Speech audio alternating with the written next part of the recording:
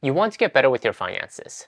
This year, you tell yourself you're going to save more and invest. No longer will you constantly be stressed about money. But where do you start? With so much conflicting money advice out there, who do you listen to? The financial advisor your sister just started with? He has a lot of credentials after his name, so he must know what he's talking about, right? Or how about your old college roommate that seems to be living it up? He just bought a brand new Porsche, so he must know something about making money, right? Or how about that YouTube guy you've been seeing on your feed? I don't understand half of what he's saying, but man, does he have nice hair. Well, I'm here to tell you, when we measure up by volume, the vast majority of financial advice out in the world is quite terrible, especially the ones from people with very nice hair. So in that spirit, in today's video, I'll share with you 10 worst places to get money advice from, so you can learn to avoid them like the plague. And in the end, I'll share with you my personal favorite places to get really good money advice from. Hi, if you're new to the channel, my name is Tay from Financial Tortoise, where we learn to grow our wealth slow and steady. The first worst place to get financial advice from is unsolicited emails and phone calls. If you've ever seen classic money movies like Boiler Room or The Wolf of Wall Street, you know what I'm talking about. Anyone who calls you to share investing advice is one of the worst money advice, if you can even call it that, out there.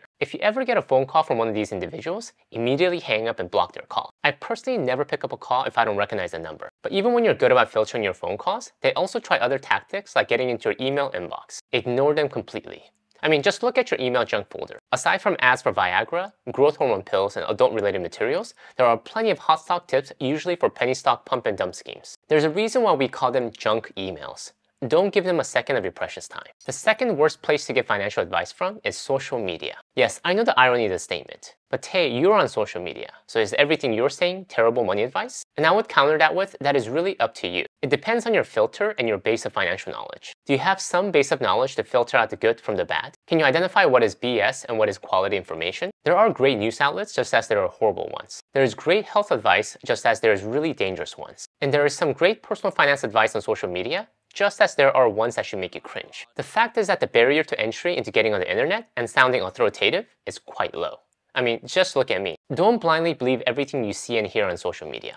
Develop your filter and always validate everything before implementation. The third worst places to get financial advice from is internet forums. There are hundreds of internet forums out there dedicated to money and investing. And like social media, the vast majority are terrible. Most are filled with blind leading the blind, advocating all kinds of non-evidence-based methods of investing. Stock picking, options trading, market timing, you name it. Someone's written their opinion about it somewhere online. Are there good forums out there? Of course. Some of my favorite are the following. The Bogleheads, primarily for index fund investing. Bigger Pockets, primarily for real estate. Mr. Money Mustache Forum, primarily for financial independence. There are probably several other decent ones out there, but again, remember, the barrier to entry to getting your opinion on the internet is quite low. The fourth worst place to get your financial advice from is financial apps and tools. Using a budgeting or a financial planning tool can be a helpful way to take control of your finances. I personally use free tools like Mint to aggregate my finances and Credit Karma to keep track of my credit score. But be wary of supplemental materials that are supposedly there to help you with your finances. They come in forms of articles, videos, and workshops, but most often are sales pitches disguised as tips. Free tools aren't free because they're being generous. They need to make money, and one of the best ways to make money is by selling ads and affiliate products to their users. The article about why this specific credit card might be the best for you is likely sponsored by a credit card company. And that webinar about the best mutual funds is likely a sales funnel for a brokerage firm. So while it's great to take advantage of these free tools, be careful not to accept everything they send at face value. The number 5 worst place to get financial advice from is your family. Your mom loves you, so she wants the best for you.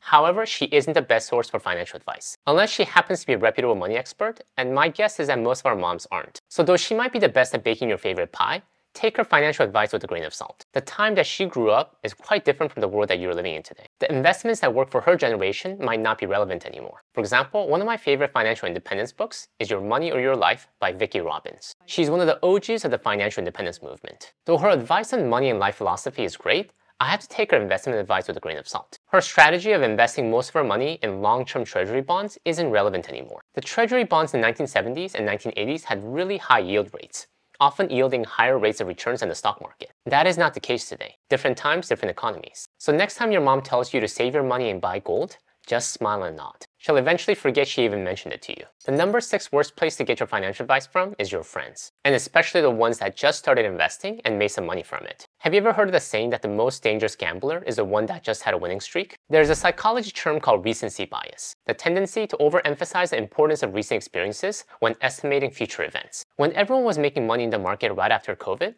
optimism drove more people to invest. But what happened when the market stagnated? New money entering the market slowed down as well. Recency bias misleads us to believe that recent events will give us an indication of how the future will unfold. When it comes to investing, this is far from the truth. So next time your friend starts talking about how he's killing it with Tesla stocks, so you should do the same, again, just smile and nod, but don't respond. Another friend you want to be careful with is one that just got a job with a financial services company. Most people who sign up with a financial services company wash out after a few months because the job is really about sales, and most people are simply not cut out to be a salesman. However, one benefit of this high turnover rate is that the company gets a chance to sell to the family and friends through these washouts. Don't be their target. Be sympathetic to your friend who's hustling to make a living, but you don't need to be their source of income. The number 7 worst place to get financial advice from is actually yourself, or made famous by the movie, your sixth sense. Cold hard logic is an investor's friend. Excitement, greed, and fear, especially the kind that leaves you lying awake at night, is an investor's enemy. Most of us don't make a full-time living studying the market and investing. We just don't know enough to accurately understand what is happening in the market. So trusting our emotions and sixth sense when it comes to investing doesn't make sense. Follow cold hard logic when it comes to investing in the stock market. Broad market, low cost, automatic, and for a long period of time. The number 8 worst place to get financial advice from is from an insurance agent. The term insurance agent should give you a hint. Insurance agents specialize in insurance. They might know details about the type of insurance we need, such as life, disability, and health. However, they aren't experts in investing. Their training is in insurance, and most often on how to sell it. Pretty much all investing products sold by insurance salespeople are oftentimes complex insurances, combined with investing vehicles with super high fees, conjured up by the insurance company to maximize their bottom line.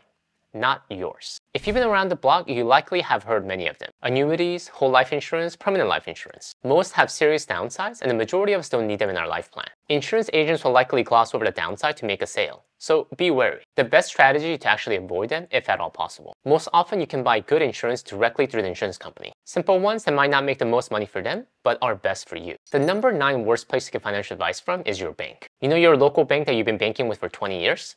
You know the bank manager by name. You have your 30-year fixed mortgage with them. You might even have just opened up your kid's first checking account with them. So when it comes to investment, why not go to the same place we always go to when it comes to safeguarding our money, right? If they have checking accounts, I'm sure they have investment accounts too. Well, let me tell you why you shouldn't. The guy at the investment desk in your local bank is actually a commission salesman, not the investment expert you might assume to be. He or she is a captive salesperson whose sole job is to sell you the bank's particular investment products. Products that not only have high expenses, but poor performance and are actively managed. Or worse yet, some crazy concoction of high fee investment plus a poorly designed insurance. My parents unfortunately fell into this bucket, and I'll tell you, some of the worst so-called professionally designed products I've seen came from our local bank. I like them to hold my checking and savings account, but that is it. Every tool has their specific job, so keep them within their lane. The number 10 worst place to get financial advice from is ironically your investment firm. Yes, even the one where you have your money currently invested with. Similar to the earlier points, the issue with getting our money advice from these places is that they're a hotbed for commission salesmen. They don't make money unless they sell you something, and taking advice from someone trying to sell you something is usually a bad idea. I don't want to sound like I'm vilifying all information out there, because I do often digest financial articles from Fidelity, Vanguard, and even from my local bank. However, I just make sure to read them with a good filter. So you might be thinking at this point, it sounds like I can't trust anyone with financial advice. To a certain extent, this is true. As you saw earlier, even advice with best intentions, you remember the one from your mom, is filled with terrible biases. However, that doesn't mean you shouldn't digest any information. The key is to develop a good filter to know what is good, mediocre, or just horrible advice. And the best way to build that filter is through education. Start out by educating yourself about money, finances, and investing. No one will ever care more about your money than yourself. Don't expect someone else to have your best interests at heart. These days, for less than $20, you can access the greatest library that the world has ever known. And if you're too cheap to buy them, borrow them from a library. They might not have the latest edition, but the latest ones aren't any better than the ones that came out 10 years ago. The latest edition most often just includes an additional chapter that talks about the most recent events. What having a strong foundation of financial literacy will do for you is actually help you filter good information from the bad ones. Also, as mentioned earlier, there are reputable places where high quality information can be found. On good websites, on forums, and even, I dare to say, social media. You just need to know how to filter well. Thank you guys for watching, and in the spirit of growing your financial knowledge, if you want some of my favorite personal finance investing books, please check out my video here. Until next time, all the best.